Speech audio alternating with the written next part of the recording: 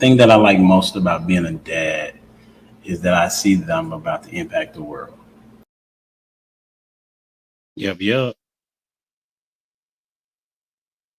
What's up? It's your boy Humble Dad back with another edition of Humble Dad Podcast. Got a great show for you this evening. Why? Because I said so. Right? It's a conversation where we'll be talking about marriage and how to make your marriage yours. And the reason why I had this idea to have it is because um, oftentimes people think that somebody else's marriage is better than theirs, when really what it is that they are making their marriage their own and not concerning themselves with others. Although there are some similarities in marriages, there are the differences that kind of bring that particular marriage together to last so long. So we're going to talk about that. But before we get to that, we're going to ask the people on the panel to describe your perfect pizza. Just to get to know them a little bit. See what toppings will they put on their pizza. We're gonna start with my dude, Boston Translation. What's up, homie? What's happening, man? How you doing today, HD? Good, bro. How you doing? I'm well. Thank you for asking, sir. Thank you for asking. What's up? Hey, what you got? Describe your perfect pizza. My perfect pizza is a large, thin crust veggie pizza, man, with bell peppers, cheese, onions, and black olives. No meat. Cut into squares, not like regular sliced pizza, but it has to be in squares. Why squares? Because it's small, bite-sized pieces, so you can enjoy it. So I like to eat the toppings and not so much the bread. You know what I mean? So Yeah. the thin crust allows you to actually enjoy the toppings instead of eating a whole bunch of dough. So that's my favorite pizza. That's what's up. I appreciate that, man. Thank you for being here. Thank you, sir. And welcome to the stage. She been gone for a minute, She got routes to do. Ash in the building. Don't do me. Don't do me. My favorite pizza, and thank you for welcoming me back. My Absolutely. favorite pizza would have to be extra pepperoni, medium. No, the New Yorker style with the butter on the crust. That right there, light sauce, cause I do break out from having too much tomato. So that would be my favorite pizza. Interesting. That's what's up. Thank you for being here as usual. No problem. Hey, we're gonna welcome all the way from NYC. She's never mistaken, but mistaken in the building. Well, since I am from NYC, I think we have the best pizza anyway. So just a regular, if I'm in New York, just a regular slice, and I'll just put like the garlic, the red pepper, just the little seasoned toppings, Italian seasoning and stuff like that. But since I've been here in Atlanta, the closest thing is Johnny's New York pizza, but it still don't really taste like New York pizza. But I do like black olives and mushrooms. Oh, okay. That's what's up. Thank you for being in the building. Hey, we're gonna welcome to the stage Miss Jamie. She wasn't ready. Look at that. Caught off guard. On purpose. You on mute.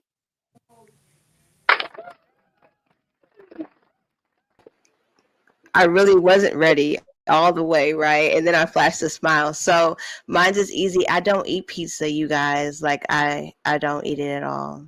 So that's my answer. Why you don't eat pizza? When did that happen? I've Has that never always been? eaten it. So you don't even It's know what a always been pizza like, tastes like. Wow. Would you ever eat a pizza? I mean, yeah, no, I'm lying because I had opportunities to eat pizza and I still don't find it appealing. So when you go to the kid birthday party, your niece and nephews, that's what they gonna have. You just be like, nah, I just get the water. Okay. Hey, listen. Yeah, it It's just happened. Like it literally just happened too because we just had a birthday. you No brought your pizza. own. Oh, okay. For sure. Just out of curiosity, is there a specific reason as to why you've never had pizza or tried it? No, it's just never. I've kind of like been one of those people like growing up where I kind of knew what I liked and what I didn't like, and I just never found that appealing. Like I don't eat beef or pork either, so it's just never. That's what's up. That's Yeah, what's up. it's I never have a been like it lot of smells good. No, it's just never done that then for me. Hey, it's a first for I know everybody. you guys. Nobody's judging you. It's just No different. judgment here, because I just turned it down at the party Saturday. They were like, "You want pizza?" I was like, I'm trying to stay away. I'm trying to She's be had happy. pizza before. Ash. Right. But hey, I will turn it down. It's 'cause like it's not not- having water before Oh, in America. You know what I'm saying? I even when I lived in India, I had pizza. So see, y'all it's making cool. me feel bad. Don't We- feel bad. We don't judge over here. We don't judge. We don't We do that. welcome. Ash does, but I don't. That's a lie. I don't judge. In the building, the greatest couple on the planet. What up, What's people? What's happening? What's happening? How y'all doing? What y'all got?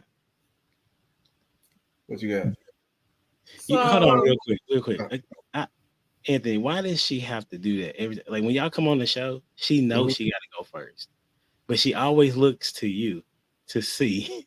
He looks at me. He Yeah. look at me, so I look back at him. Yeah, I mean, I don't know. It's just how we do.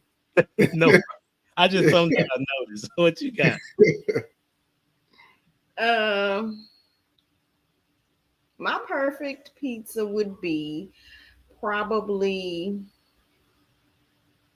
maybe some kind of pan crust with mushrooms, pepperoni. I like a little extra sauce, not too much, but a little more than normal. 3 cheeses, sausage, banana peppers.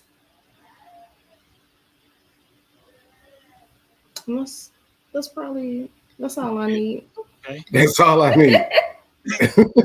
That's it? You sure? You done? That's all I need. That's it. Oh man. Yeah, mine is pretty simple. I'm with Lost in Translation as far as the thin crust. You know, we're in St. Louis, so we have our own original style pizza here called Emo. So it's thin crust pizza. So I really like that thin crust. I need some like bacon and hamburger. Like I like that. I like that combination with, you know, pretty much any kind of cheese, but just not a whole bunch of sauce. I ain't really big on the sauce. That's what's up. Appreciate y'all Yeah. being here for the show. Hey, and we got a new guest, man. He say he's a newcomer and he ain't gonna speak much, but that don't happen up here. Mr. Jay Zilla in the building. What's happening? Oh man! First of all, y'all's answers have got me all kinds of thrown off. I like losses, right? The veggie. Jamie, I'm not one to judge, but you should be ashamed of yourself. Yeah, with all due respect, with love. Okay. For me, man, shout out to the Domino's.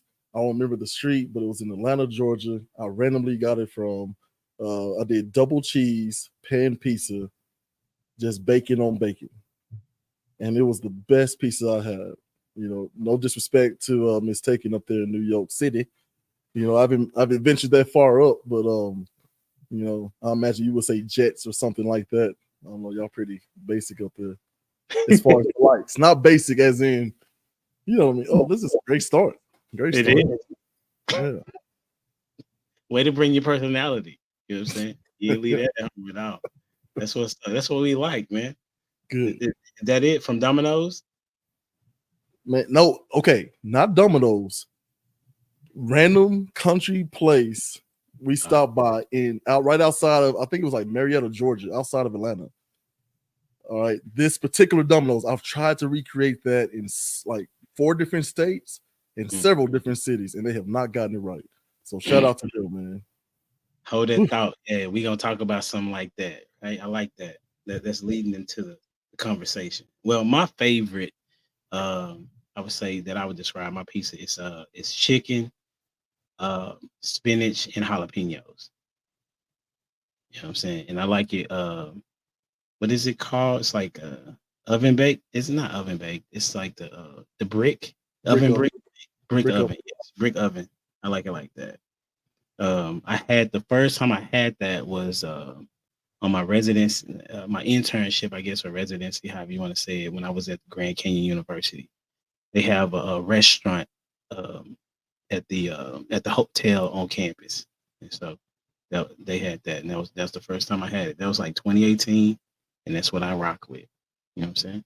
This is gonna be good, man. I put some thought into some of these questions. I'm very interested in how you all process. I mean, they're centered around marriage, and some of us are not married, but that's okay. You can look into the sphere and still be able to answer these questions because at some point in time you've thought about these. I would imagine. Okay, and so the first part we're going to talk about is what are your ingredients to making a good marriage? What are your ingredients to making a good marriage? Right, and we're going to start with the married couple, the common sense couple. Then you choose who goes next. Of course.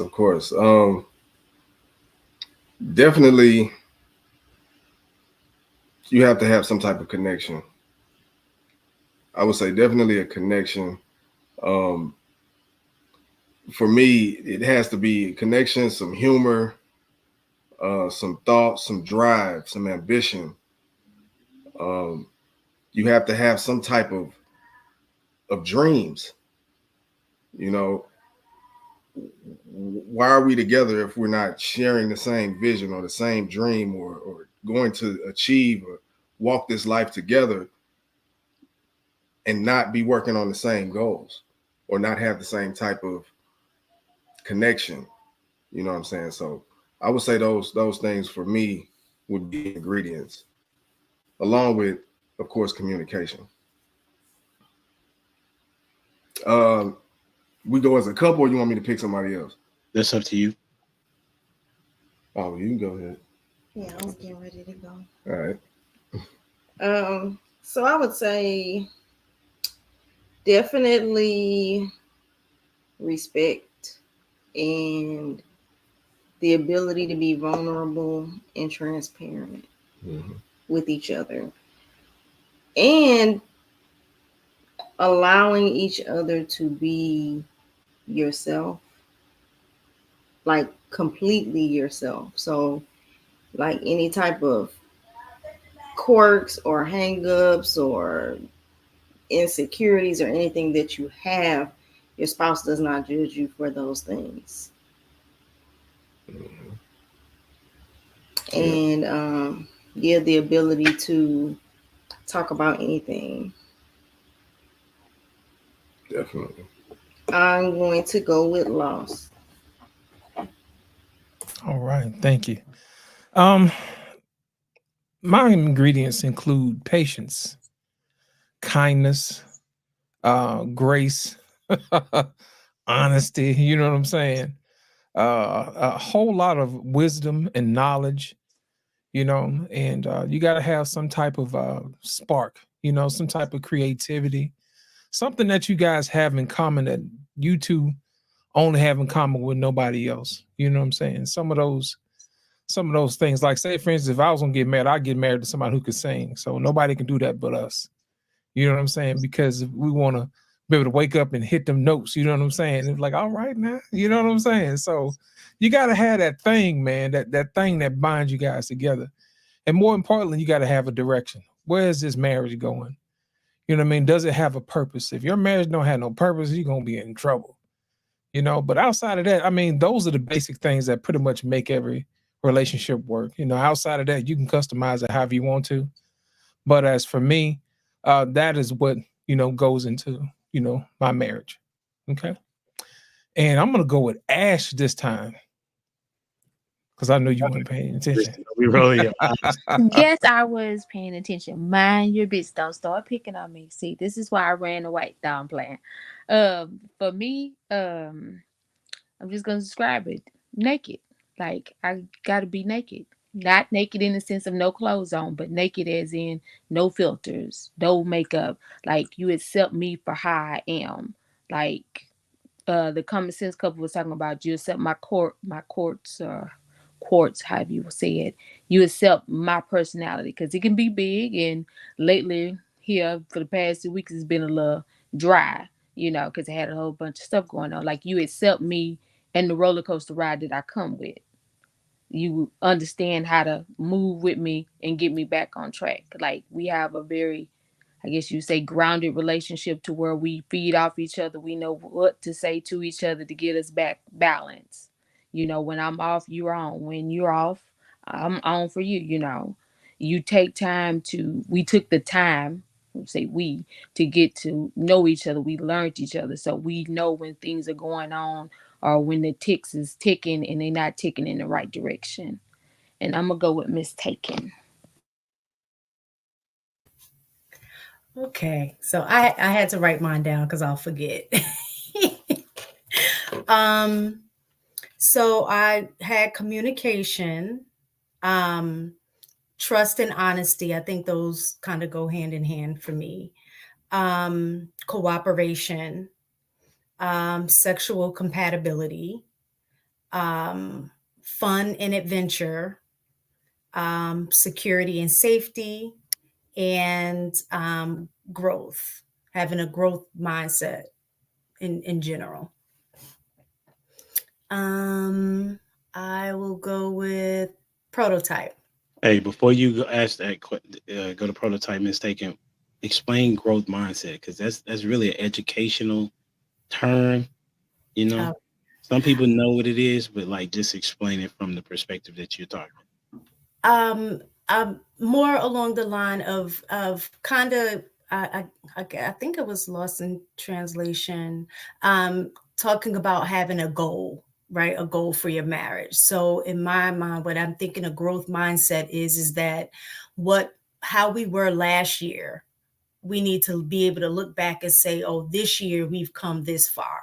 Or if there's an area in our marriage that we recognize we need to do better in, that we've taken the mindset that we're going to direct our energy into improving, this area. Okay, when you lost prototype.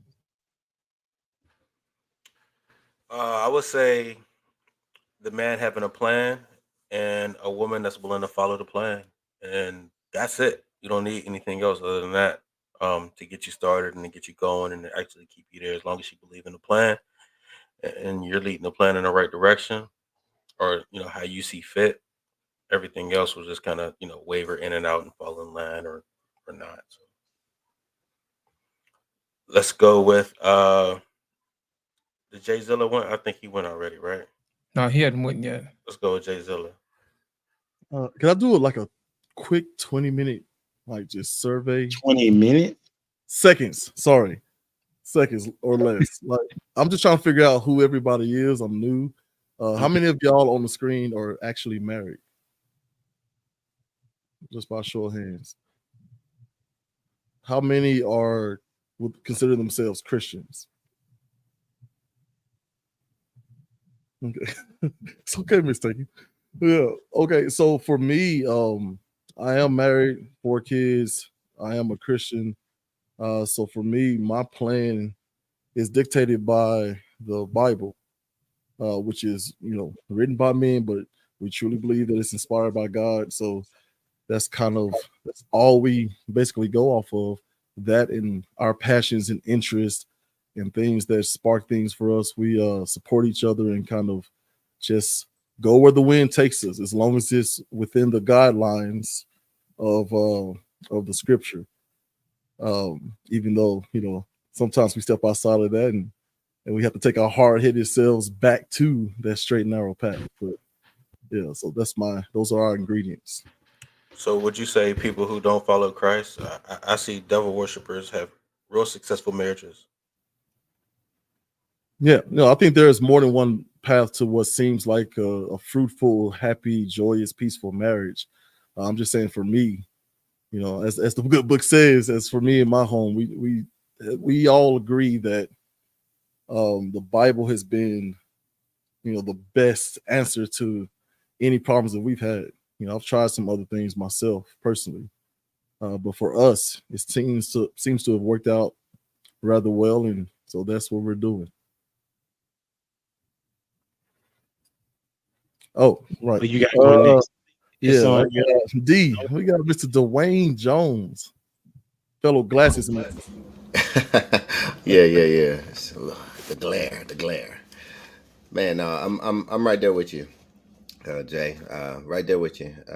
So whenever I was thinking about this question, I appreciate Lost going first, because, you know, once he started with the joy and the peace, I was like, wait a minute, that sounds familiar, right? So for me, it would be the ingredients, or better yet, the key ingredients is the fruits of the Spirit. So love, joy, peace, long-suffering, kindness, goodness, faithfulness, meekness, self-control. Those, I would say, are the key ingredients to a good marriage. Or for me, those are key ingredients for a good and healthy marriage. Oh, mistaken. I do got to say, when that hand went up, I wish I had a soundboard with like the. No, God is working with me right now. Him and I just been in conversation about some things in regards to, I'm at a space where I feel like Christian has a negative connotation just because of what I've been seeing. You know what I'm saying? So for me right now, it's about relationship with God. That's where I'm at. Relationship, not the title of a Christian. So that's why I was like, yeah. You don't want to be boxed in with them heathens. Right.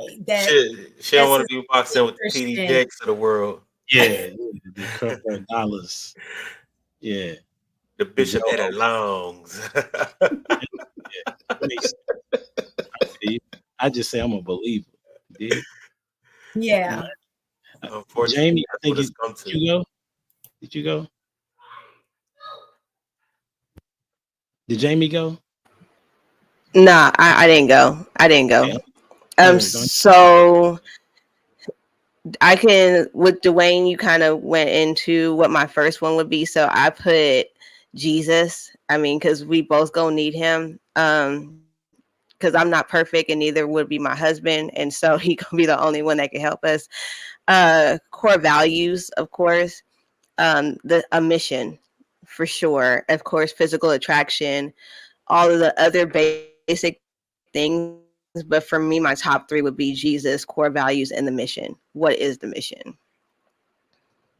That's what's up. So I was wondering if somebody's gonna say that one. It just felt like it was just too rated R. But definitely sex is a priority. You know what I'm saying? Yeah, because, you know, but I can't say all that. I'm married. Y'all can say that. You know what I'm saying? I'm the heathen of the channel. I said sex is very necessary, and it's gonna get done whether you want to or not. Listen, I thought that was gonna be talking about when you said naked, you know, but you did. No, that's not the kind of naked. I wasn't going. I understand. Yeah. I'm saying, but men, I'm sure women too, but I ain't no woman. You know what I'm saying? That's why I kind of hate using that word right there, naked, because if everybody wanted to take the clothes off, no, keep your clothes on. Keep your clothes on. In a marriage, that's how you should definitely. We're going to do both. It's marriage. We're going to do both. But I'm just saying, that's a requirement, though. I mean, because if it ain't a marriage, you know, what is it? The poly people that's going on. You got the other one you bring in. Whatever. I'm not married, so I don't know what y'all doing. I understand, but that the reason why I'm saying it is because, like, from what the information is out there, there are a lot of sexless marriages that are going on right now. You know what I'm saying? So it's important because that really builds the marriage. It's a part of it. Like, that's you being intimate with your spouse and y'all being connected on a spiritual level as well. You feel me? And so that's why God reserved it for marriage. That's what it is. You know what I'm saying? Everybody does I'm not judging. I'm just saying, but that was his divine purpose for us to enjoy one another as well as procreate. That's what it was, right? So based on, I don't know if y'all got the question in the back chat. You know what I'm saying? So you can kind of prepare your thoughts and minds to kind of get an idea wrapped around what somebody else may have said that you was like, oh, I like that. I need to put that in my toolbox. All right. So is there anybody that that heard something that was like, I didn't think of that, but I would like that in my toolbox? Anybody? Ash, being naked. As I think that's what brought my husband and I together to begin with, literally and figuratively. Um, I would say he made me comfortable with being me, even in the process of learning who I am. Because, you know, we met when I was 18, so I really didn't have a clear picture of who I was as a woman because I was becoming a woman. But even in my growing and learning process of trying to figure that out, I felt very comfortable. And like she said, just nakedly, you know, good, bad, indifferent. It didn't matter. I didn't feel judgment from him, which led me to open up even more. I didn't feel like scared or regret for sharing anything. And I knew it would stay between him and I. So that's where the safety and the security came in. So when she said that, that kind of hit home for me.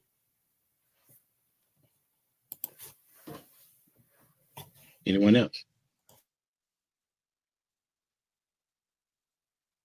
Okay. Are you saying something, Anthony? Okay, my bad. All right, cool. So this kind of transitions us to the next question, right?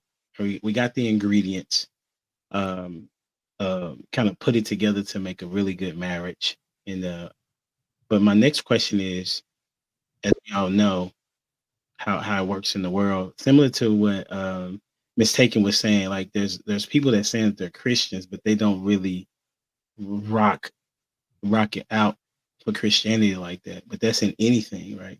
You know, if you talk to professional athletes, they will tell you that there are professional athletes that are in the league, but they shouldn't be in the league, right? So let's talk about it like this. What does marriage, or why does marriage get a bad reputation?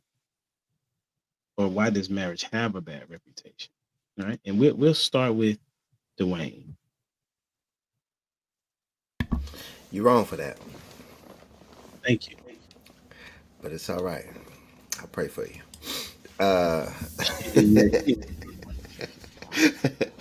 That's on default though. Marriage gets a bad rep because people think that it's easy and they get into it. They realize it's difficult, and just like everything else, right? They think they could quit it, and it's not that easy because whenever you quit it, there's a blemish because either you were lying to yourself then, or you're lying to yourself at the point in time where you said, I didn't want to do it no more. I'll put it like that. So marriage gets a bad rep because people go into it with a selfish mindset that it's all about them and how the other person is going to make them happy, not realizing that that other person can't make them happy. So most people go on that Mission Impossible where they were like, oh yeah, if I get this, just like everything else, right? If I get that, I'll be set.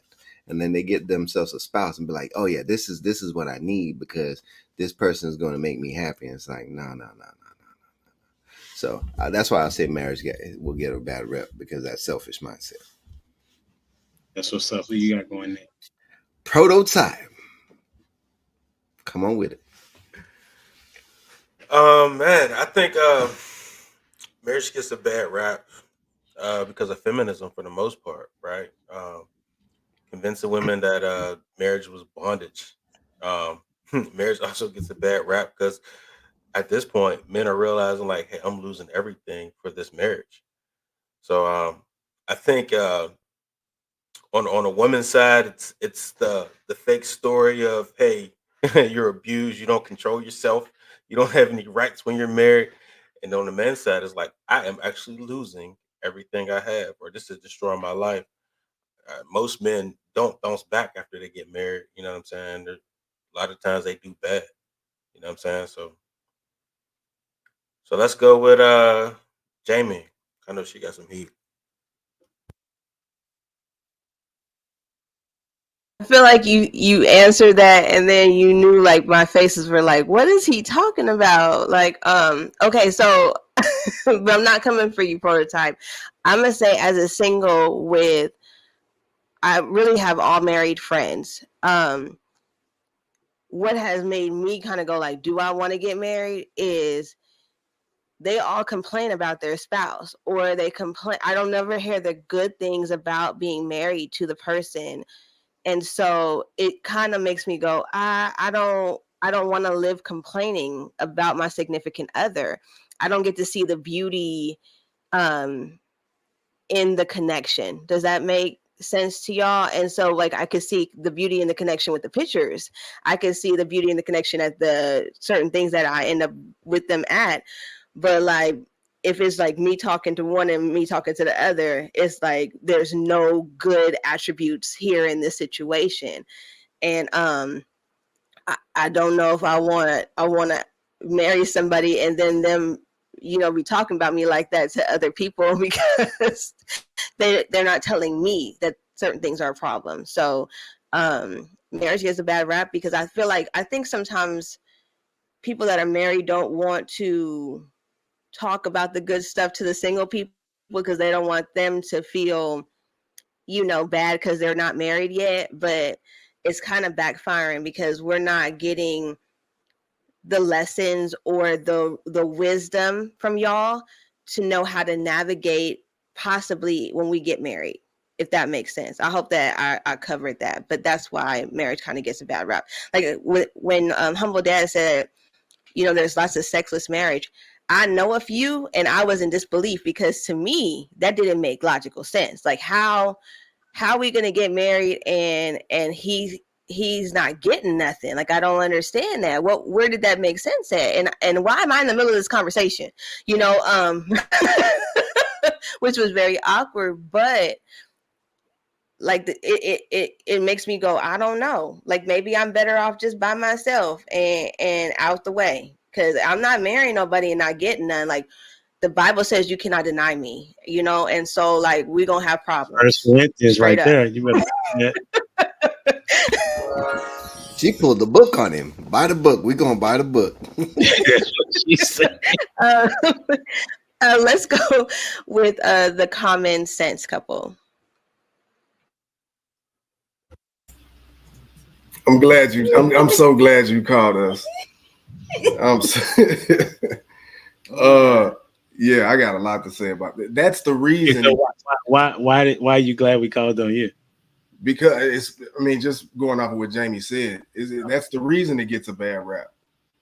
It's because of everything that she just stated. When she's talking about, you have friends that are married, they're not respecting boundaries of their marriage by telling you all their business. So therefore, you're gonna think it's hard and it's difficult. They're not telling you the positive things in marriage. That's crazy. Because if you don't, then this cycle continues, especially within our community. It continues. And then it's like a fight. All right, so why are we beefing? And why are we putting our friend in the middle of our conversation? It doesn't make sense. But it happens so often to where it's not being seen. And that's exactly what we try to push, is something positive. So, let's tell these folks, yeah, it's not all good. It ain't all bad neither. But to what Dwayne has said, how people think it's easy, that's the it's misconstrued with that as well. It's not easy. And then the married couples putting out the image that it's hard, and it shouldn't be. You know what I'm saying? I think that it gets a bad rap because people don't realize that marriage is what you make it. So you and your spouse is what you make it. But I know Like just even being in, marriage groups or social media, we hear all the time like marriage is hard, or the first year is hard, or the 7-year itch, or if you get to 10 years is this, is that. But to be honest, I really don't believe that marriage should be hard. If you and your partner have that understanding that all the ingredients that you both want, and you guys are putting those ingredients into your marriage, this is us, and nobody comes in between that. Nobody. Mm-hmm.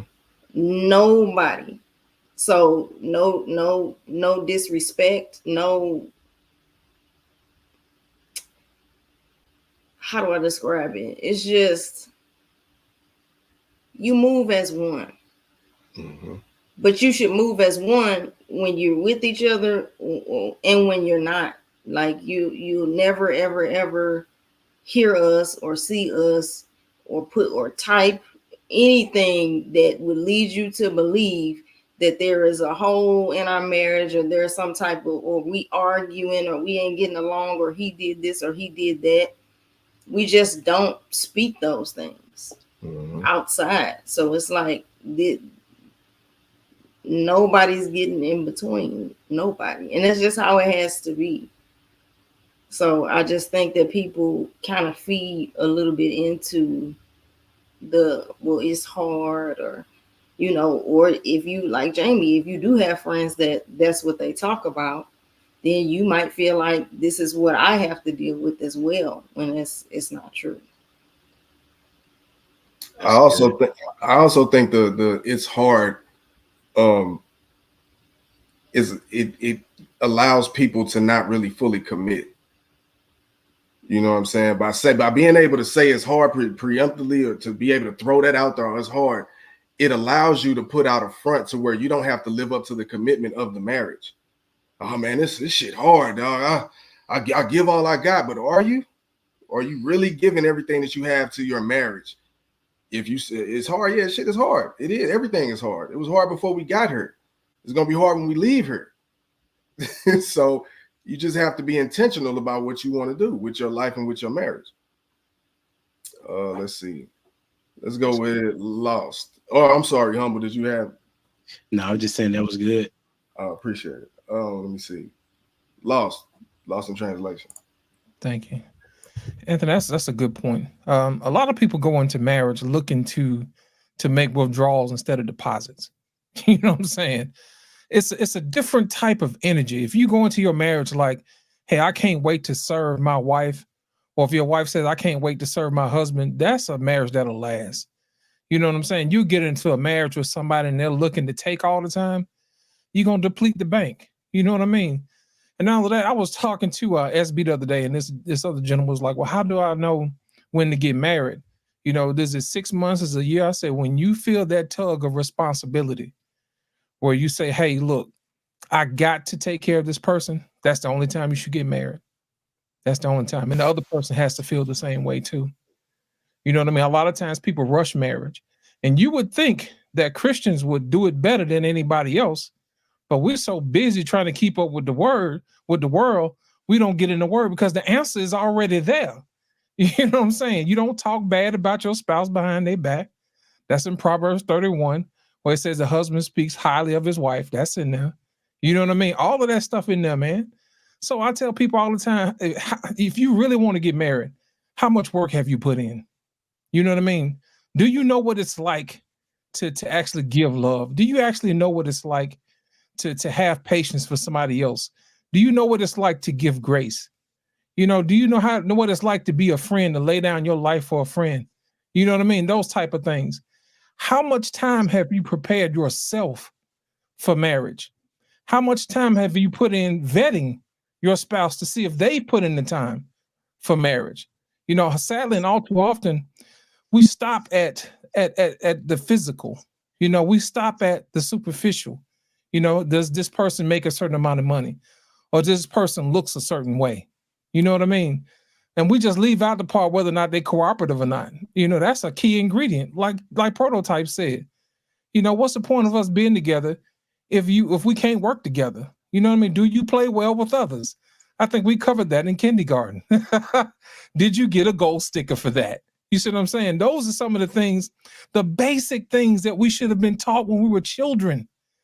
And I always ask myself, what have you done to prepare yourself to this point? Are you really ready? And sadly, all too often when I really get to hearing people talk about other people's spouses and all this other stuff, I'm like, they ain't ready. They ain't ready. They just got married because it was a good idea. They got married because they got somebody pregnant, or they got married just out of survival. You know what I'm saying? Oh, he gonna rescue me. He gonna save me from my life of misery, so I don't have to sign up for the Kitty Litter of the Month Club. You know what I mean? All that type of foolishness. So my thing is this: the reason why marriage gets a bad rap is people don't put in the work. They don't understand what marriage is, and they also don't have anything good to say about their spouse. And those are two things that you really should have worked out before you get married. And that's all I'm gonna say about that. I'm gonna go with Jay Zilla. Come on, my man. Come on, Dot. Oh man. Well, I am so glad not to be out there in the dating pool today. Yeah, because it's trash. That's what I heard from y'all's last episode. And I tend to believe y'all. Okay. So usually on our podcast, we try to tell little small stories. All right, here's a quick one for you. The difference between the vulture and an eagle is the eagle has a good publicity agent. That's it. They both eat dead animals. They both do the same things, but one has been depicted as evil and gross. And you think of vulture, right? It's not a good depiction. Think of an eagle, you think majestic, flies higher than most birds and all this stuff, right? But it's just publicity. And I think marriage gets a bad rep because how it's depicted in the arts, and a lot of that, art imitates life. So I think one of the biggest issues is we've gotten away from trying to get to some sort of shared truth, right? Like the young lady says, I'm not really trying to be a Christian and all that stuff. Like I'm about, God. And it's like, but Christian just means little Christ, right? The Greek is, the Greek for Christ is just, anointed, right? The Greek for the suffix chin is just little. So the little anointed one, we're supposed to be little versions of Jesus Christ. And like feminism is not a bad thing, sir. As far as I found, and I'm, willing and humble to be educated, but I mean, it's just like a range of movements and ideologies, if my Google fingers are correct, right, that aim and achieve political, economic, social, and personal equality for all genders. And basically what feminists are saying is that there's a history which can, if you follow the data, it will bear out to be true, that the history for women has not been very good. Men have dropped the ball from the beginning. I think it's sort of why you see all the way back in the beginning, Adam doesn't say, Eve, girl, you're wrong for that. I know what you did. I saw you. He goes, Adam, where are you? And I don't know what's happening there exactly because I wasn't there. But the belief that I found with other professors and other people that I've interviewed and asked over the years is that the man has some serious responsibility that he did not fulfill. Therefore, there was, that little space for the serpent to come in and spit that game to her, and it sounded good. And then, lo and behold, she takes a piece of the fruit and she doesn't immediately die, not understanding the lifelong consequences that were coming up ahead, right? So why does marriage get a bad rep? First, I think is people not doing their part, right? And then the arts reflecting that. So where people who aren't yet involved in it, like Miss Ash up there, all she has to go on is not her own experience and wisdom, it's the experience and wisdom of others that she trusts in, or the movies or the music that she, consumes. So I think that's where, we married couples have to do a better job. And then we'll finish up with Miss Ash. I don't like how he threw me in there and then try to use me. Don't do it no more. I swing. But anyway, I ain't gonna do no swinging. I'm at peace right now. With me, I think is today get a bad rep because you got too many people in the marriage. When I say too many people, you got too many people involved. You got the mom involved. You got your best friend. Like me, I got married friends, sure enough, but I stay out of married people business. I'll listen. I'll be a listening ear, but I can't tell you what to do because I'm not in that situation. I don't have to wake up with that person every day, or I don't have to wake up without, because you never know what, you know what I'm saying? Those are temporary emotions. Everybody like to say women is over emotional, but men get emotional too. And that's why we need to separate sometime and cool off and come back to it. But I think really all truly is marriage get a bad reputation because you got too many miles trying to get fed. And then you know how you got the biased information floating around. You start getting the dirty looks when you go around one half, and then the other half looking at you dirty because they know something that they shouldn't. Like I said it previously on previous podcasts, some of the business needs to stay in the house. It ain't everybody's business because some things need to be worked out. I understand that you may be too emotional to talk right then, but sometimes it don't need to go up the street. It don't go need to go to your mom, your sister, daddy, brother, best friend, the bitter best friend that's not married, the one that says she don't need a man, the feminist that Jay Zilla try to defend them people. Yeah, whatever, whatever. Them people got us in more trouble than a little bit. That's why I'm a single parent. I blame them. Got me thinking I'm out here can move by myself. Whatever. What a man at. But anyway, I just feel that way about you know, being married because I think with my generation is we like I always say, we want the party. We want the limelight. We want that 15, 20 seconds of fame of saying I do and the party that come with it. But we really ain't learned and developed our skills to become somebody's partner. You haven't learned your man because what you see may work for your previous boyfriend may not work for this guy. This guy may have had his dad and may not had his mom. His mom may been the one that was working all the time.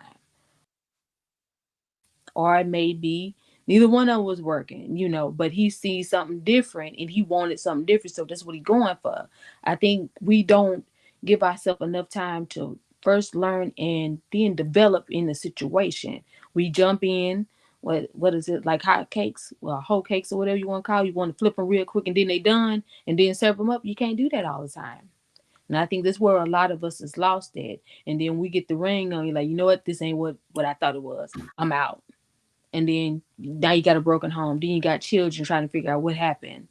You got the fights, the arguing. And then it's really over nothing but a miscommunication. You just haven't had time to learn your partner. You don't know them. You just know them for the fun time. The good time. Let's go with Dwayne ain't went, right? Okay. I haven't gone yet.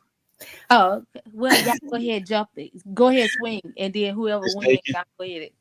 Yeah. We get mistaken. All right. Kind of to piggyback a little bit off of what Jay Zilla said, because I'm with you. With the I think the feminism was a response to the patriarchy, right?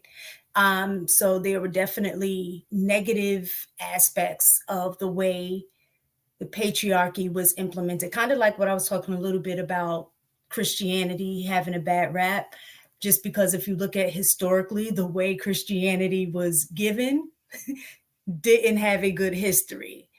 And I think patriarchy is kind of the same way. There's some good aspects to it, but the way that historically has been implemented wasn't necessarily in the best treatment of women. Right. So I think the feminism comes as a response to that.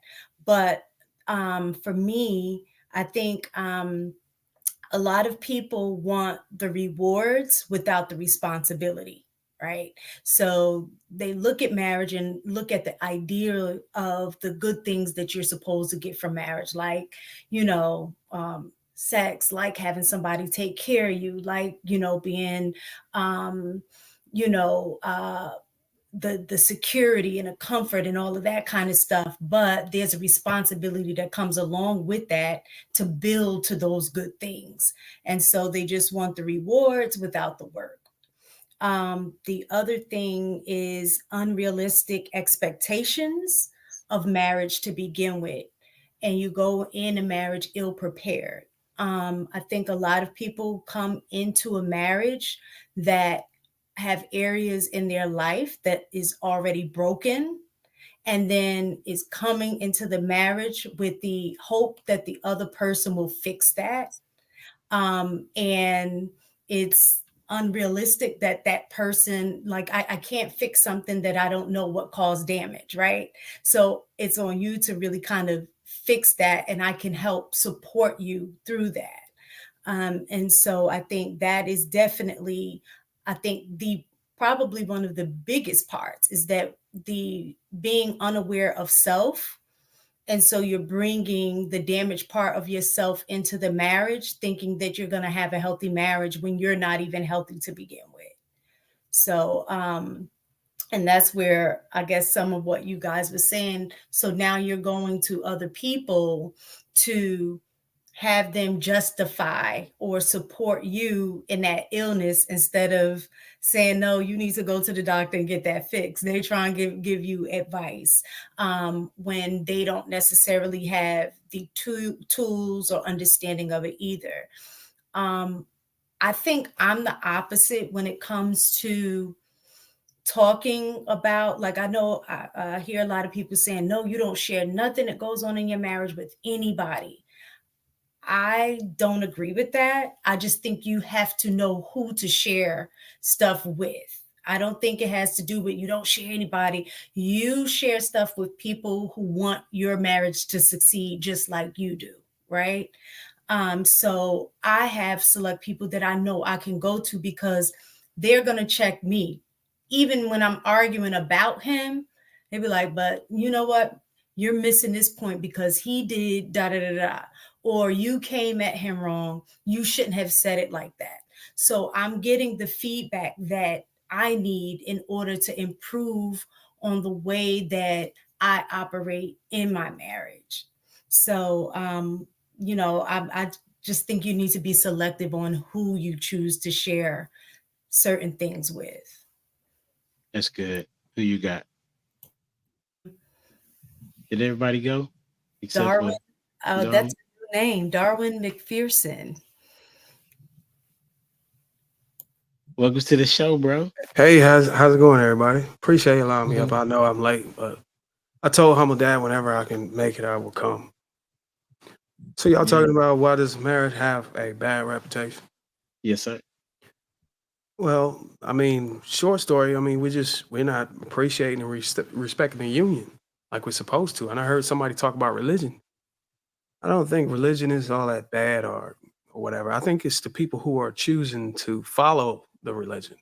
And if we're struggling to follow it the way we're supposed to, we're picking and choosing certain scriptures that we want to hold ourselves accountable for.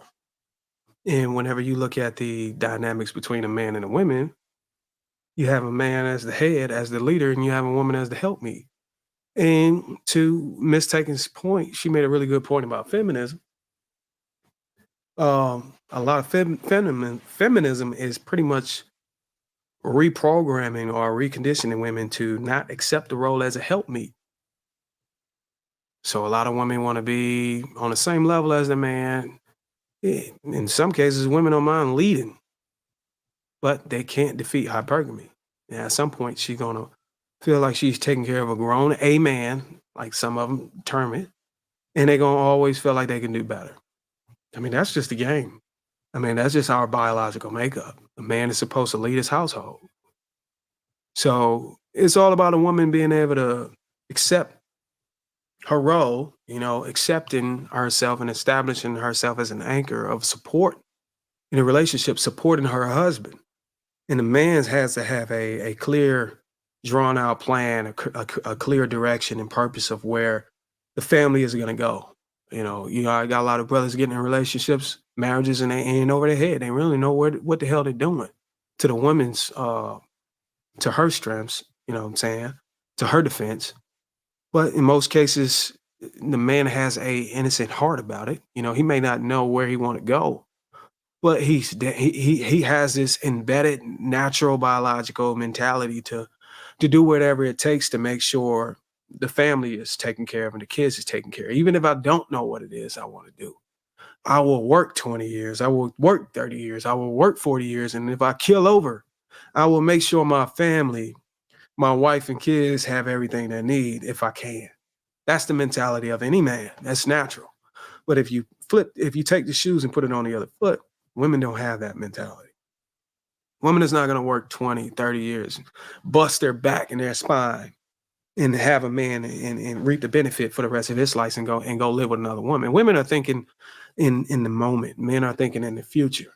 So a lot of reasons why these marriages have a bad reputation is because we're disconnected. We don't really want to follow the guidelines that God put out for us. I don't know if I can recall the scripture that coined the help me term. As close as you can get it, I think it was Genesis, where God said, hey, I'm going to send you a helper. You know, her whole purpose was to be there, a supportive role. And I just had a live stream, man. It's funny. I just had a live stream maybe an hour, 2 hours ago about a woman outgrowing her man in a relationship. A woman given the ability and the time to be able to work on herself for X amount of years and outgrow her man. It's inevitable that she's going to be planning her exit because she struggled with hypergamy. She struggled not being hypergamous. A woman that has a hypergamous nature, she want to be able to find somebody who have a higher status, highly successful than she is. And she's going to cleave to that. That's why men need to be keeping an eye on what a woman's doing. You know, all the leveling up she's doing need to intersect with the bottom line. It need to intersect with the direction of the relationship. Whatever I do, any of my accomplishments, achievements, any goals I have is going to intersect with the best interests of the union. And a lot of times when we have these 50-50 relationships, it don't always go that way. I'm going to do what I want with my money, my time, my goals and stuff. I got my business and all that. This is for me, so I can do this. There's really no way a man can win in that. And then you got family courts when it's all said and done. It's a losing battle. So we have to have men as the head in these relationships. We have to. That's the only way. Go ahead, Jay Zilla. I just have a question. Could you define what does it mean for the man to be at the head of a relationship? Okay, so we all can answer that one. I think every man on this panel has his own definition, but at some point, our meanings will align with each other at some point. We may have our own methods, our own style, you know, our way our presentation on how we deliver our direction. Mm-hmm. But as a man being ahead, as a man going out and planning and earning, you know, and providing, being a productive man, you know, showing his kids the way, showing his wife that, hey, look, you can trust in me. You know, I know the way and I'm going to carry us no matter what. No matter how sick I get, no matter what the weather, no matter if it's rain and storm or whatever, no matter if it's coronavirus, I'm going to put us on the back and make sure we get through it, or I'm going to die trying. So being the head takes a lot of sacrifices, and you got to be willing to be able to lay down for your family. And some of the brothers agree, some of the brothers might disagree, but you will find that whenever they explain that same definition, at some point it's going to intersect with some of the things I said. Are you yourself religious and married? I'm married. And when I look at religious, I think it's something that you do consistently over and over. Even if you go to the pub and you drink every Saturday at 7, it's religious. But I don't call myself a Christian. I believe in God, I believe in Christ, but I don't label myself a Christian. I believe that a Christian is a person who follow the word in the scriptures. I think this use this term devout or whatever. They're literally following the word, you know, every breath, you know, that unwaverable. That's not who I am, you know, and the Lord may bless me to be able to grow strong enough to be able to do that. But as of right now, I can't say, hell, I got an empty glass of liquor I was just drinking. I don't think the Lord want that. So I can't call myself a Christian, but I believe in God.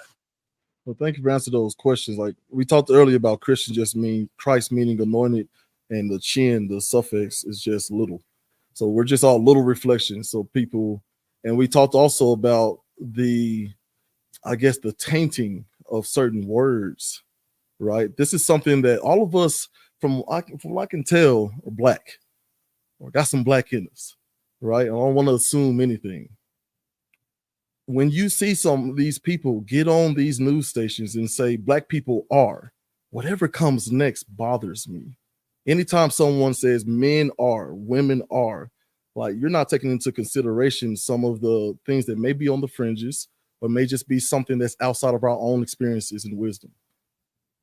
Right? So I think this ideal of what does it mean to be Christian? You follow Christ. So exactly what you were talking about, and the young lady earlier was talking about, that's being a Christian. Now we have had Christians do some terrible things, even in the pulpit, but that means they are, I mean, that's not what a Christian is. So I want us and anybody who's listening to really try to understand the difference in that. We've got a lot of that communication going on. Now, as far as what it means for a man to lead the household, what would you say is the vision, is the aim? Is it more so, hey, I think we should do something, and then you move forward with that, and she's got to get on board? Do y'all come up with that together by your estimation? And this is really for the panel. Or is this like for us as Christians, we go by God's path and God's path alone? I like it, man. You might as well moderate the show, Jay Zilla. That's a good question. Before you go, Darwin, let me get Prototype, right? Because it's a question for the panel, right? And I'm gonna get yours too. So on this particular question, give me like a 45-second to a minute response on that one, because that's a really good question. Ask it again, Jay Zilla. Right. So we're trying to define exactly what it is for a man to lead their family. Is it the man has a vision, woman get on board and follow me, shut the frap up? Okay. Or is it you two come up with that together? Or do you go as a Christian, according to the Bible, based on what God says to do? All right. You a Prototype. Jay Zilla, do you know anything about sports? Do you watch sports? You play sports? Anything like that? Man, I played for Vandy back in 04, baby. Let's go. Okay. So with that in mind, right? So when you join a football team, right?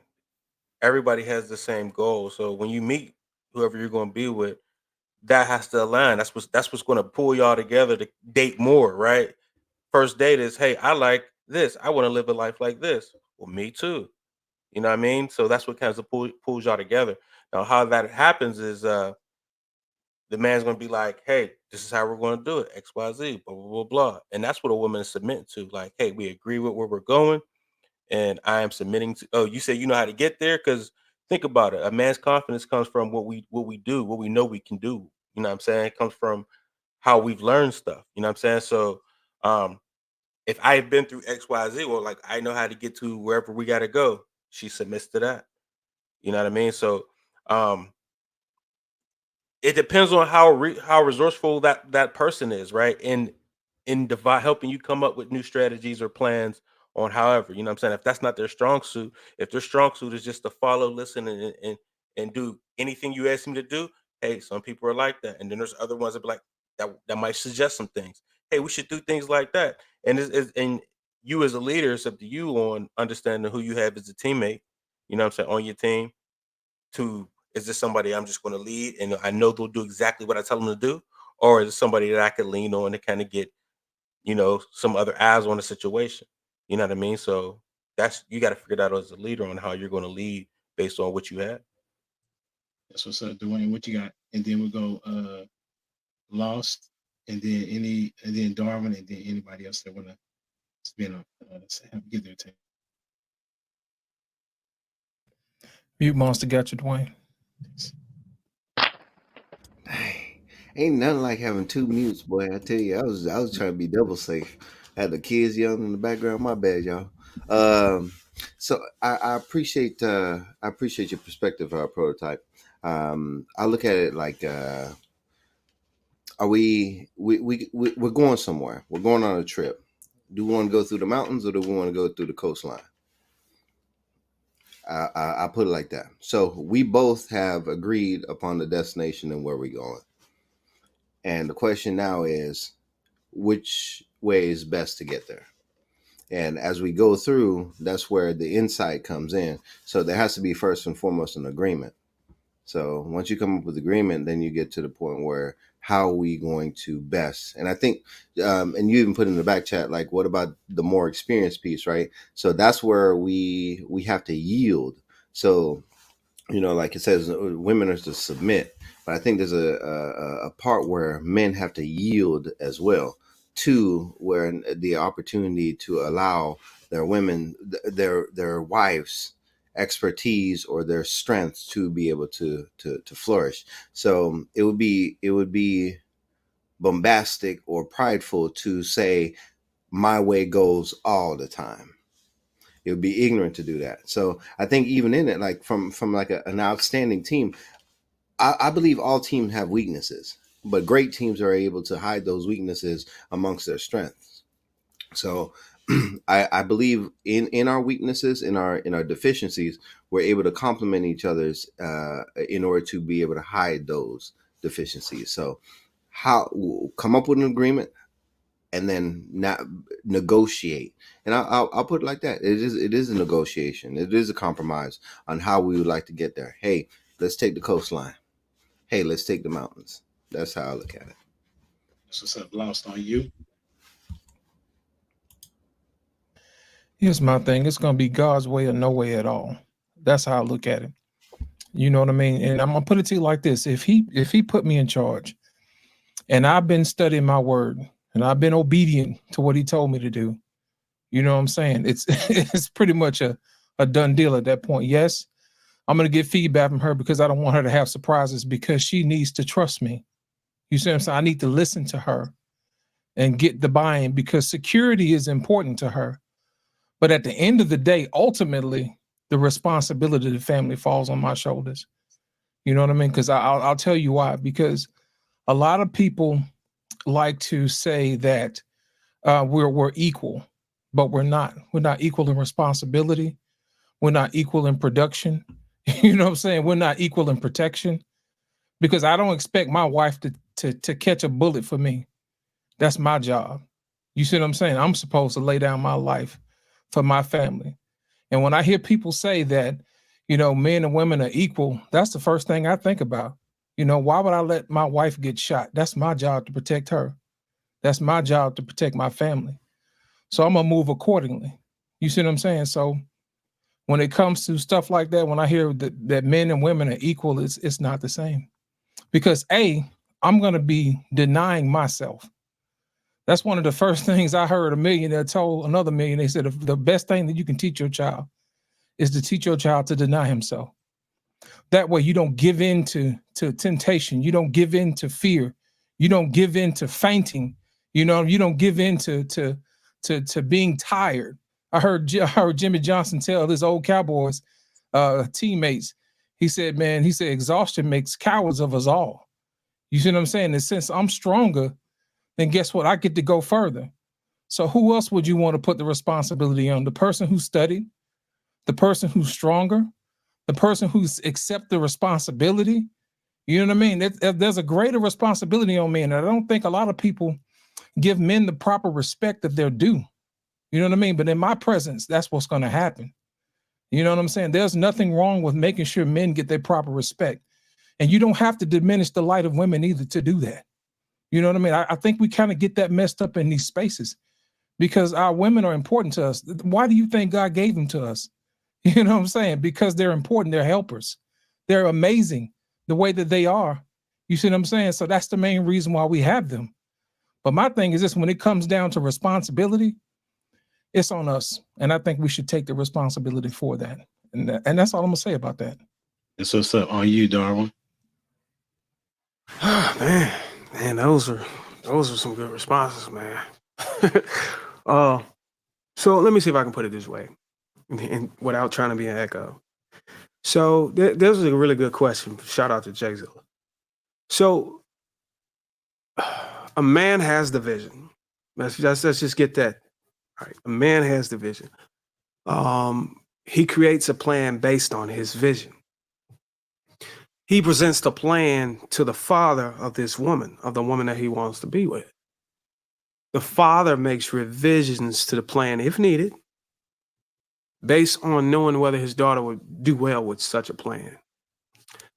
The father is critical. That's why I say that. You can't rule out the father. The father is critical in this situation. The man makes final adjustments on his vision, his plan. Then he presents the plan to the daughter. she either approves or disapproves of the plan. Now, if this woman disapproves of this plan, then she's not a suitable wife for him. It's just that simple. That's good. That's really good. Anybody? I see you over there, Anthony, thinking. Or any of the ladies want to say something from your vantage point, but we'll get Anthony, and then if any one of the ladies want to kind of give their perspective of how they see the question. Go ahead, Anthony. We talking about leadership, right? Yes, he says, how should it be operated? Do you? I think Jay Zilla was asking, how do you see it? How do I see it? Yeah. I see it as it's a section in the book by Napoleon Hill, Outwitting the Devil, where he talks about the devil can't get to him because he has use of his woman's mind. You know, I defer. We talk, we communicate in certain situations and certain aspects that help me lead and not lead blindly. You know what I'm saying? So she sees things that I don't see and makes moves that I can't make. And so it helps me in my decision making when it comes down to it. You know, she understands, she said all the time, you have the final say in this situation, but I'm not just going to have my pride lead my family because I'm like, oh no, I'm doing this and putting us in harm's way just solely because I'm the man of the house and this is how it should be and all of that. Like, okay, we see how far that gets you. You know, without any help. You know, you have two ears and one mouth for a reason. Listen more than you speak. You know, listen to what God is telling you to do, but also listen to what your wife has to say in certain situations. And then y'all make y'all moves accordingly. That's just how we operate. So what's up? Did any one of the ladies want to say something? I would say I've seen leadership, what I would say a perfect, well, I guess he's not perfect, but my grandfather, I would definitely say that he was the perfect example for me in what God-fearing leadership looks like, in terms of following. He was a preacher, and really living the aspect of leadership through example, and specifically the example of love, like the way God explains what love is: gentle, love is kind, love does not boast, all of those things. He was the epitome in my eyes of what that looked like. And because he led through example, it automatically, I guess, put my grandmother in a position that desired to serve him. When he, was really sick and he was, on his way, he ended up having pancreatic cancer, that, he passed away, that he came home. So, they knew he was going to pass. He wanted to be home. And it was something that she said that I would never forget, in the fact that she said, because he treated me so well, I am so grateful that I'm able to serve him in his last days. So she looked at that as a blessing to be able to do that. And I think the only way that you can feel like that is when you have been loved in the way that God has called us to love each other. And so I think that was a great example of what leadership is. It wasn't, you do what I say, my idea, that's what we're going to go with. It was, I never saw, I don't know if it happened, I can only say what I saw, is that it was more along the lines that I'm here to take care of you. And in return, with the way that I take care of you, it allowed you to take care of me. And so I think that type of leadership creates just a reciprocity, because you just want to, you desire to. When you're treated well, you desire to treat the other person well. So I would say that's the leadership that he exhibited, and that I hope to get to in my marriage as well. But I mean, they were married over 50 plus years, so we got about 30 more years to go. That's what's up. That's what's up. Did anybody else want to go on this one? I know Jamie, you thinking? Are you resting? Like, what's your thought? I don't have one on this question here. I just wanted to listen to what the men had to say. Yeah, I think everybody kind of gave a decent answer. So Give me a takeaway from what you heard the men say. What was something that stood out? You see me mistaken? Did you see me put my teacher hat on? Mm-hmm. All right. What are you teaching hat? Well, it's kind of hard. I would say there has to be a mission, right? A clear understanding, communication on what the goal is. And I would say service. So like he's serving you, he's taking care of you, and then you're reciprocating the service that you're receiving by serving him as well. So I think if we go into it, as Loss had said, sowing into one another, he ends up being a better leader, and I'm willing to follow, is the way I look at it. I mean, that's just how I gathered everything in one, because y'all said a lot, and then I was also reading the chat too, so don't I was reading all of this stuff and listening at the same time, but that's what I got. No, I'll be paying attention. Can I ask her a question? Who is that? Can I just say something, Jamie? Do you think, but after listening to all the men on this panel, do you think there's a clear contrast on this answer, whether the man is supposed to be the leader? Let me put it the way Jay Zilla put it. The man has a vision and the woman shut the hell up. Do you think that all the men agree with that, or there was kind of a little bit of, some people may say pandering, or some people may say there was a lack of contrast, or the men really didn't agree on that type of dynamic? I don't think that they agreed on the wording, but I think at the overall ending of the situation is the man is the leader. He's supposed to have the mission. The woman follows because she's the helpmeet. It logically, if we just want to, saying it the other way sounds bad. So you said there's like a little pandering. I wouldn't call it pandering. I call it rewording for the different ears that can handle hearing it that way. You get what I'm saying? Because there's some people who are not trained to think like that. Like somebody said something as far as women outgrowing their mate, or I think it was Darren. Is that your name? Down, or yeah. Am I saying it wrong? Or Darwin? No, you said it right. That women are outgrowing.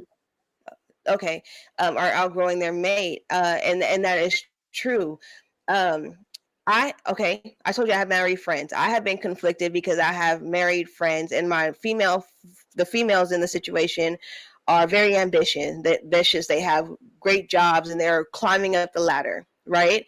And I have asked them, like, well, how is you climbing up the ladder helping your husband, right? And they have not been able to give me a good answer with that. And I'm just, because I'm looking to be married, and my goal in my mind is to be a helpmeet. So whatever I do is going to help my husband meet the goal the will that God has had for his life. And so I was just trying to see if anybody else had that thought process. And so, because nobody's taught to be wives or husbands, we are only doing what we see at this point.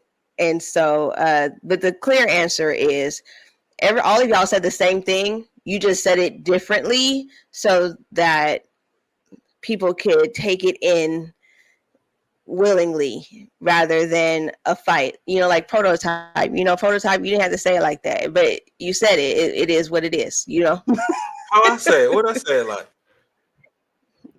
Just really straight to the point. I mean, it is what it is. But I don't know why. Don't know.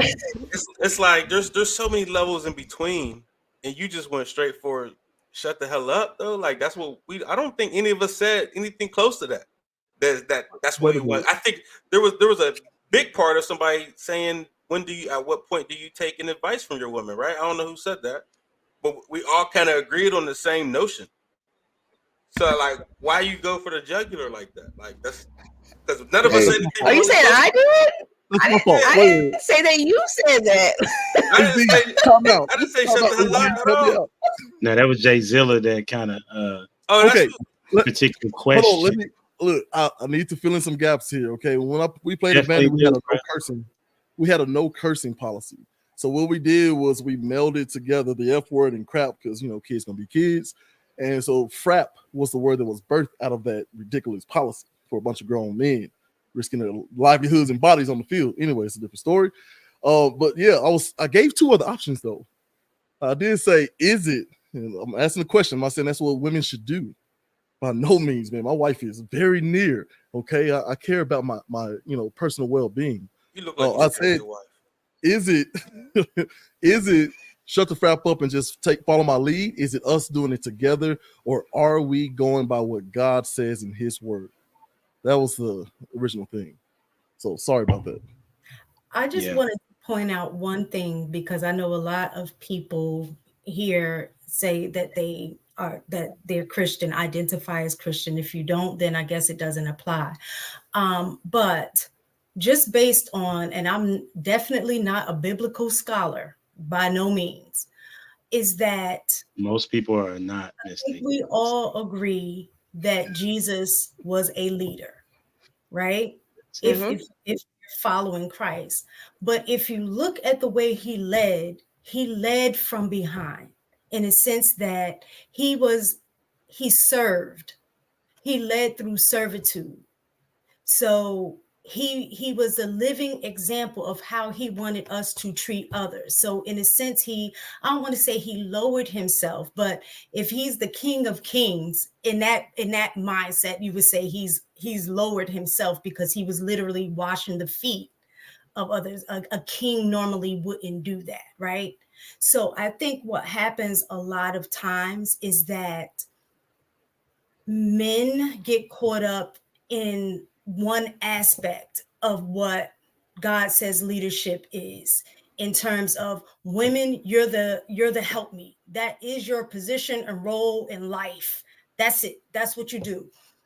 And they interpret that as, I come up with the goal, I come up with the plan, you just support me in that plan. Whereas when I look at the leadership and the guidance of Jesus, it doesn't look like that at all.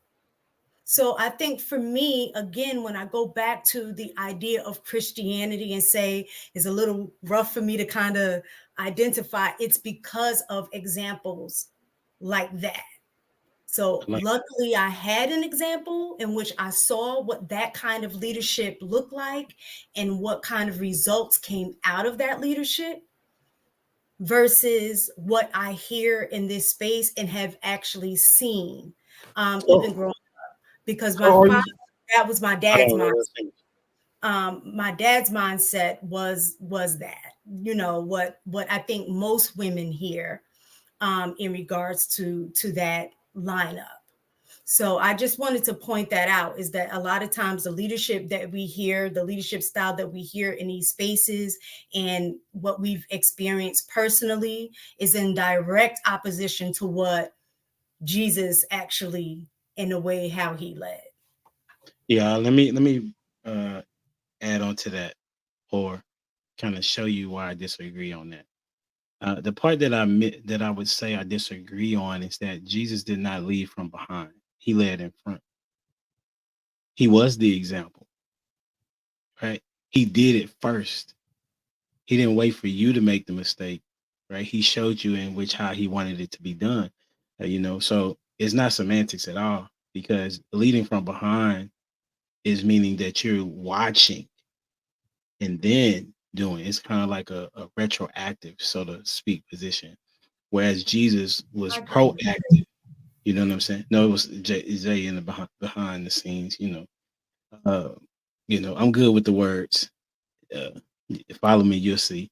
And so that's the part that I disagree with. The part that I think that everything else I align with, to a degree, because godly men know how to walk in a godly way. The individuals in which you're referring to were not godly men. They only said it by words, right? And just because you say you're an athlete doesn't mean that you are. You feel me? Ain't that right prototype? It's some dudes that be like, I'm an athlete. You get that out there, and they like, what in the world is going on? Right? So just because you say you're something doesn't mean you are. So that's the part that that is important for people to see. When you see somebody saying and professing to be something as it relates to being a Christian, what does their life look like though? How do they speak to you and others? Did they make a mistake and then they were able to, you know what, that was me, that's my bad? Were they quickly to accept accountability?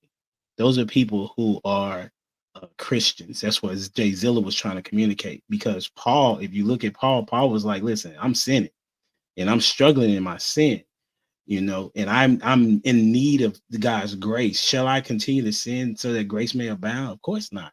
But I'm struggling. But I know who can help me in my struggle. You see, it's a difference. And then the person that says, oh, okay, well, I like men and you're a man, and then I like women, I like and I'm a woman, and then they're saying, well, I'm a Christian and I'm gonna live in my sin. Or somebody that's a liar, that's very prideful, things of that nature, right? So that's the part that I would try to educate men to be Christ in that fashion. But also I would communicate to women, since y'all decide, because there's no fathers in the house, right? You all are on the scene to decide what type of dudes are out here, and not deciding what dudes are out here, but deciding on the dudes that goes on dates and the dudes that get the box. Like that's on y'all, and because that's on y'all, then y'all need to move different. Like y'all should be looking for a dude that is honoring Christ in how he walks and how he talks, and that's what y'all are missing. That y'all see all the other parts of him. I mean, I think I made. Have y'all seen this 50-part series that this lady just put out about how she got did wrong about this dude? Have y'all heard about it? It must be new on the scene, but it's going viral right now. Right? 50 parts? Huh? 50 parts? Yeah, like it's broken down into like these. I ain't got time, but I need to trapped keep in the notes. closet for real. You got a whole Netflix series. Yeah. 1 minute each, right? It's new, so it just hit. It's viral, but I just got word of it today. And one of the parts is that the guy, he lied to her a lot, but she still decided to have a baby by him. Still decided to find a house to live in, right? Those things. But if she pursued, and she got excited about the fact that he could provide for her financially, and she didn't have to worry about no bills. But what about his character? What about his integrity? What about his relationship with Christ? Right? And even if he's not, what is his discipline? You know what I'm saying? Even if like I'm talking about operating from Christ, but everybody doesn't. Like Prototype was saying, there are marriages that do well that don't necessarily honor Christ. I lived in India for 6 months, and they do way better at marriage than most Americans, right? And they were in most of the people that I saw were in poverty. So to answer the question, men need to be the examples that Christ had, or is, or was, and still is. And then women need to understand that if you say yes to this man, then he is your leader, regardless of how you like how he leads. That's scripture too. So yes, we're talking about what a man needs to be, but at the same time, what happens when you're unequal? Like you go into the marriage and then one of you becomes a Christian, right? there's still a level of honor and respect that is due. Now you got to be very humble. I had a partner. I know I'm long-winded on this one because this is dear to my heart. I had a partner. He wasn't into Christ at all, but his wife began to go to church, and her disposition changed so much that he was like, "Hey, I got to go see what's going on with my wife." He is now, Andrew Firesheets, Dwayne. He's now a floating pastor. Like, he goes to different places and teaches and preaches the word of God, and that's as a result of his wife being submissive and honoring to God to win her husband. It says about that in the scripture. It talks about that same thing. It talked about the slaves need to honor their master, right? Because the goal is to be Christ-like no matter who is in front of you. So when you're having a hard time in your marriage, you got to go to the one that created the marriage and say, listen, man, how do I do this? And that's how you make your marriage yours. And that's the goal, to make your marriage yours. And we can do a part 2 if you need to. You know what I'm saying? Everybody can come back. You're welcome to come back. I know everybody got different game plans, but I appreciate the question, Jay Zilla. Since you had the question, I'm gonna let you say the last words if you have any. Oh man, it's like being called upon to pray at the church house, man. Then you should be ready. That's true. Stay ready, don't have to get ready, sir. And I'm absolutely prepared for this. One of the biggest things I want people to walk away from is to understand that men are an 18-wheeler Mack truck. Women are a cutesy little Honda Accord VW Bug. Okay, but there are times as we keep crisscrossing on this highway we call life, where the man is barreling down the main highway and the people in the exit lane have to yield, or vice versa. That is the only way we're going to have a cohesive movement moving forward, because all of us are God's children and we're supposed to be keeping our mind on him. As the text says, all things are made by him, for him. That's it. Period. And you talked about India, 1% of marriages end in divorce in India. That's really, really good. And one thing they don't really veer away from is tradition. And in their household, man is absolutely the lead of that. But that means there's a responsibility. Just like a company has a CEO, everybody all the way down to the janitor. No disrespect to anybody who are janitors out there. Every one of those people are equal in being, but not in function. Now, there are times where that CEO steps out of pocket, and you have to have whistleblowers and Time's Up, Me Too movement. This is how you get all these reactions and then overreactions. And then there's a point where we achieve equilibrium. Okay, and I think that's what's happening with us. We got to get these definitions. We have to all get to some sort of shared reality. We got to get back to some sort of shared reality. And my reality is set in Christ. And it's absolutely still a bunch of daggum wisdom in that. My kids watch some, Disney stuff, and sometimes they get a lot of wisdom from that. Oh, I should be nice to my big brother because I watched this thing on Spider-Man. Like, you can still extract the wisdom out of all that.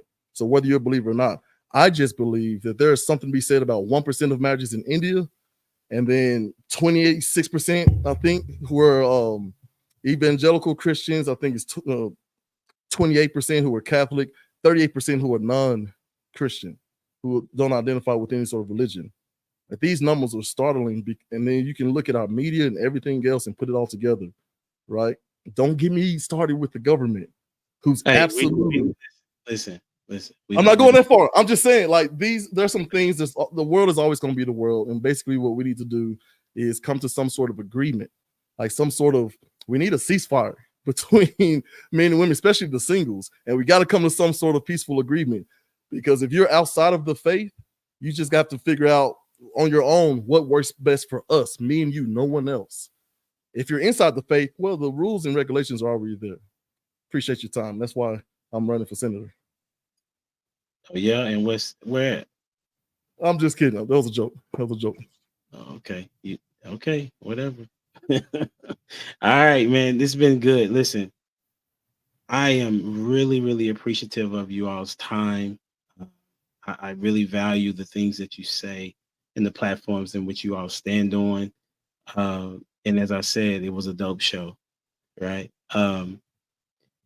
Tell me, we don't have a lot of time, so tell me where people can find you, and we'll be out of here. All right. Darwin, we're going you. If you type this name in, you can find me on YouTube, Instagram, TikTok, Twitter, Facebook. Appreciate the support. Absolutely, bro. Mistaken. I am Mistaken. You can find me on IG, the same name, and on Fridays under Chic Critique, and I am under the Lapeef Network. Appreciate it. Common Sense. Yeah, the Common Sense Couple across all social media platforms. That's where you can find us at. Thank you always. Jamie? And you can find me on YouTube, Instagram, TikTok, and Facebook at Jamie Radiance Forehead 7. Thank you. Jay Zilla? Yeah, thank you so much for having me on, man. You can just find us at studiogwb.com. It'll lead you to all the Facebook, Apple iTunes, and all that stuff. That's what's up, Dwayne. DwayneJonesPhotography.com. Short and simple. Prototype.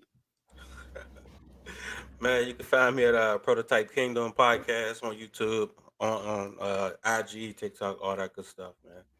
Tune in. Absolutely. Appreciate you. And none other than Lost in Translation. Thank you, sir. You can find me here on YouTube at Lost in Translation Podcast, also on Instagram, and also here on Humble Dads on Mondays, and Black Man Unfiltered throughout the rest of the week. Thank you, Humble Dad. That's what's up. Hey, we at 978. All right. It ain't moved in 3 days. I'm not doing my work. So I you know what I'm saying? Appreciate y'all for supporting. And you always know what it is. Until next time, we out here. Deuces.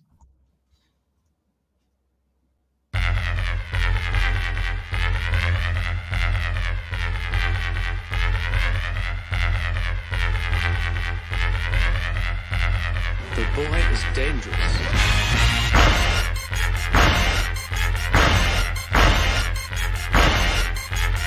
Bad feeling about this. You don't seem to understand something.